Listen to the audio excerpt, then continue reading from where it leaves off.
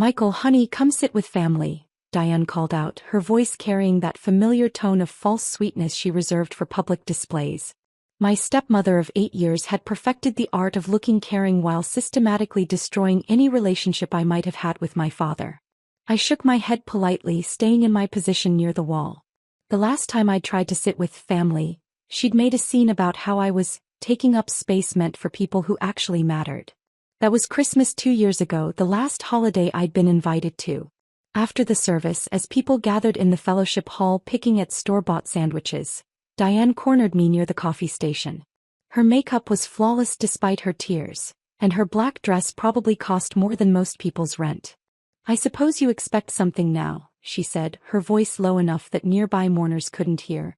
"Some handout from your father's estate." "I'm not here for money, Diane." I poured myself coffee with steady hands, though my chest felt tight with familiar pain. "I'm here to say goodbye to my dad." She laughed, a sound like breaking glass. "Your dad? Michael, he stopped being your dad the day you dropped out of that community college program. Do you know how embarrassed he was, telling people his son was a quitter?" The coffee burned my throat as I swallowed, but I didn't respond. There was no point in explaining that I'd left community college because I'd been accepted to Northwestern Law on a full scholarship. Diane had never cared about the truth. "You'll never amount to anything," she continued, her voice gaining strength from my silence. "Just like your mother. All dreams, no follow-through." At least she had the decency to die before she could disappoint him further. My hand tightened around the coffee cup, but I kept my expression neutral. Mentioning my mother, who died when I was 12, was Diane's favorite way to twist the knife. "I should go," I said quietly. "Yes, you should. And don't bother coming around looking for handouts. Everything goes to someone who actually contributed to this family." She smoothed her dress with satisfaction. "My nephew Derek is getting the house. He's in medical school, you know. Someone who actually makes his family proud." I nodded and walked away, leaving her standing there with her triumphant smile. What Diane didn't know, what she'd never bothered to learn, was that I'd been supporting myself since I was 16.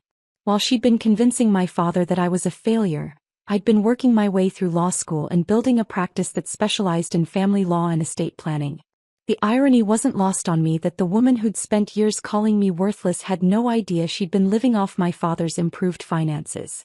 The legal advice I'd quietly provided him through a third-party contact, the investment strategies I'd suggested through mutual friends, none of it traced back to me.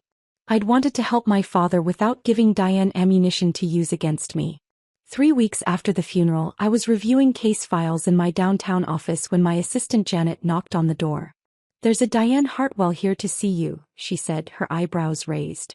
"She doesn't have an appointment, but she says it's urgent regarding her late husband's estate." I felt something cold settle in my stomach. "Send her in." Diane swept into my office like she owned the building, her designer handbag clutched tightly in her manicured hands. She'd clearly done her research on the law firm. Hartwell, Morrison and Associates had a reputation for handling high-net-worth divorces and complex estate disputes. "Mr. Morrison," she said, settling into the chair across from my desk without invitation. "I need the best lawyer in the city and everyone says that's you." I leaned back in my chair, studying her face. She looked older than she had at the funeral, stress evident in the tight lines around her eyes. "What can I help you with, Mrs. Hartwell?" "It's about my late husband's estate. There are some complications." She opened her purse and pulled out a thick folder of documents. "My stepson is contesting the will. He claims there was undue influence, that I manipulated my husband into leaving everything to my nephew instead of him." "I see." I picked up my pen, a Mont Blanc my father had given me for my 16th birthday, back when Diane was still pretending to like me. "And what evidence does your stepson have for these claims?" Diane's face flushed. "None. He's just bitter because he threw his life away and now wants to blame everyone else. He dropped out of college, you know. Never held a real job. My husband was so disappointed in him." "What's your stepson's name?" "Michael Morrison. He's a nobody, probably working some dead-end job and looking for easy money." She laughed bitterly. "He actually had the nerve to show up at the funeral acting like he belonged there." I set down my pen carefully, my heart pounding so hard I was sure she could hear it. "Mrs. Hartwell, I need to ask you something important. In your marriage to your late husband, Was there a prenuptial agreement? Yes, of course. Gerald insisted on it. She waved her hand dismissively. But that was 12 years ago. Surely it doesn't matter now. Actually, it matters quite a bit. Do you have a copy of the prenuptial agreement? Diane fumbled through her folder, finally producing a legal document I recognized immediately. I'd helped draft it through an intermediary when my father had confided his concerns about Diane's spending habits to his golf partner, who happened to be my law school mentor. Mrs. Hartwell, I said slowly, this prenuptial agreement contains a very specific clause about inheritance distribution. Did you read it carefully before signing? My lawyer read it. Something about protecting both parties' interests. She shifted uncomfortably. Why? What does that have to do with anything? I pulled out the relevant section, highlighting it with my finger. According to this clause, if your late husband's biological children contest the will on grounds of undue influence or manipulation, the estate distribution defaults to the original terms outlined in your husband's first will, the one written before your marriage. The color drained from Diane's face. That's impossible. My lawyer would have told me. Your lawyer at the time was Harold Brennan, correct? I checked the signature page.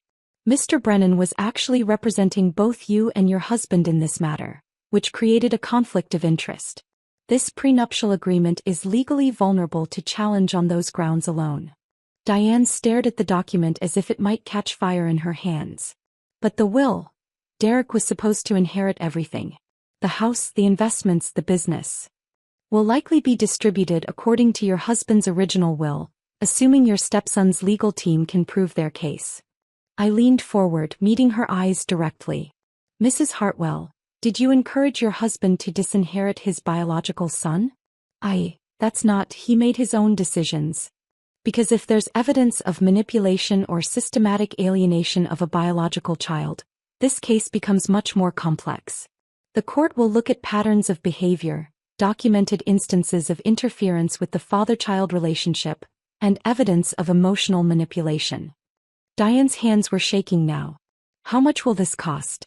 I need the best representation money can buy. Whatever it takes. I stood up slowly, walking to the window that overlooked the city. 12 years of watching this woman poison my relationship with my father. 12 years of being called a failure, a disappointment, a burden. 12 years of staying silent while she convinced the man who'd once been proud of me that I wasn't worth his time or love. Mrs. Hartwell, I said, turning back to face her. I'm going to be completely honest with you about your legal position. Yes, please. I need to know exactly what I'm facing. You're facing a case against Michael Morrison, who graduated summa cum laude from Northwestern Law School and has spent the past 8 years building one of the most successful family law practices in the state. I walked back to my desk, picking up a framed photo of my father and me from my high school graduation, the last picture we'd taken together before Diane entered our lives. He specializes in estate disputes involving parental alienation and has never lost a case involving prenuptial agreement challenges. Diane stared at me blankly for a moment, then looked at the nameplate on my desk. Michael Morrison Askew, senior partner. No, she whispered, her face going white. No, that's impossible. You can't be. The community college dropout who never amounted to anything? I sat back down, my voice steady and professional. The disappointment who embarrassed his father? The nobody working a dead-end job. She tried to speak but no words came out. Mrs. Hartwell, I've been practicing law for 8 years. I graduated third in my class from Northwestern, passed the bar on my first attempt, and opened this firm when I was 26. I gestured around my office with its floor-to-ceiling law books and framed degrees. I've been financially independent since I was 18, and I've been quietly helping my father with legal and financial advice through mutual contacts for the past 5 years. Diane's breathing was becoming shallow, her designer handbag clutched to her chest like armor. The investment portfolio that allowed your husband to buy you that Mercedes? My recommendation. The refinancing that paid for your kitchen renovation? My legal work arranged through a third party. The tax strategies that saved your household $30,000 last year? Also mine. But he never said. Because you made it clear from day one that I wasn't welcome in his life unless I was someone you could control and diminish. I opened my desk drawer and pulled out a thick folder labeled Morrison Estate. Did you know your husband tried to contact me 4 times in the past 2 years? He called my office directly, but you intercepted the messages and told him I was too busy to return his calls. Diane's face crumpled. I was protecting him. You would have just disappointed him again. No, Mrs. Hartwell. You were protecting your control over his estate and his relationships. I opened the folder, revealing years of documentation. I have records of every intercepted call, every cancelled invitation, every lie you told him about my life and career. I have witness statements from family friends who wanted to reconnect us but were discouraged by you. I have evidence of systematic parental alienation spanning 8 years. She was crying now, mascara running down her cheeks. I can pay you. Whatever you want. Just make this go away. I'm afraid that's impossible.